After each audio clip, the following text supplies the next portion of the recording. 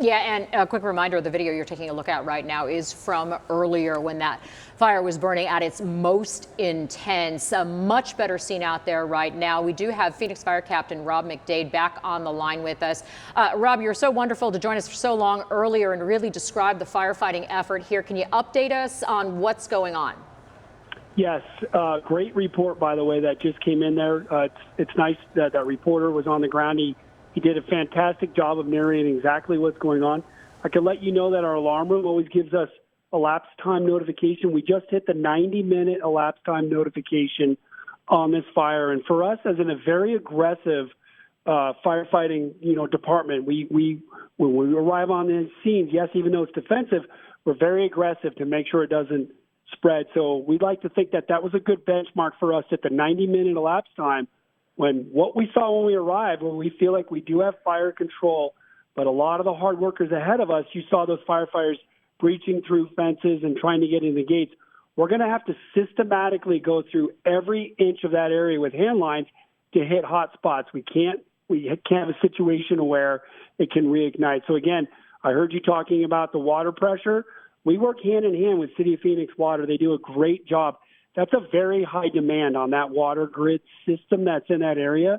And a little bit of behind the scenes, the water department actually goes out there and they are physically moving gates and channels to make sure that they are maximizing water in that area to get it to us. That's a large demand on those hydrants. So they do a fantastic job. Again, I mentioned the alarm room. We can't put these fires out without the water department working with us hand in hand. So again, a great update on that. Now it's going to be hitting those hot spots. Still a lot of work ahead of us. Yeah, Captain, one of the things we heard from Nicole Grigg on the ground earlier was an ambulance looked to be pulling away from the scene. We also saw some of your crews being kind of exchanged in and out off ladders, etc. Can you talk to us? Has anyone been transported? We know earlier there were no reports of injuries. Is that still the case? No reports of injuries. I'm not sure if there was a decision to be made if the system within Phoenix needed an ambulance in that area, and we deemed they were there. If it was indeed maybe somebody with heat exhaustion, we will get that to you as soon as we can, but I have not been notified from my position of that at this time.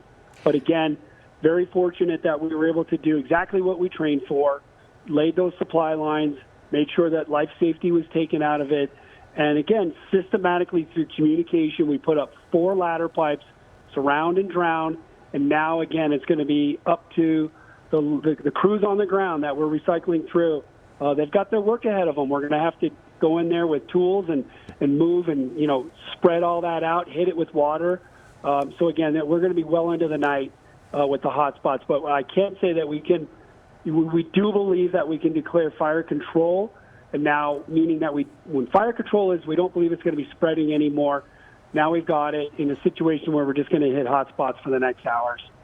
And Rob, so I take it that aggressive defensive stand that you were talking about when you joined us last hour now is changing. It's moving into your crews actually getting in tighter into this area that had been burning so intensely earlier. Yes, what we can't have it is any sort of a reignition of any areas. So we're going to be very pessimistic as we say. It's good news that a lot of the smoke has dissipated. But again, fire is very unpredictable. We have to stay on top of it. And we're going to be asking a lot of our crews. It's a very hot day. And by the way, I'm not a meteorologist, but I know this is getting to be the very hottest part of the day. We're asking a lot of our firefighters. We're recycling them through. But again, what a difference 90 minutes makes. And that's that threshold we like to put. Any fire department will say you change your tactics if you don't think you're making a difference after 10-minute elapse, 20-minute elapse. So we believed we had the right plan put in place.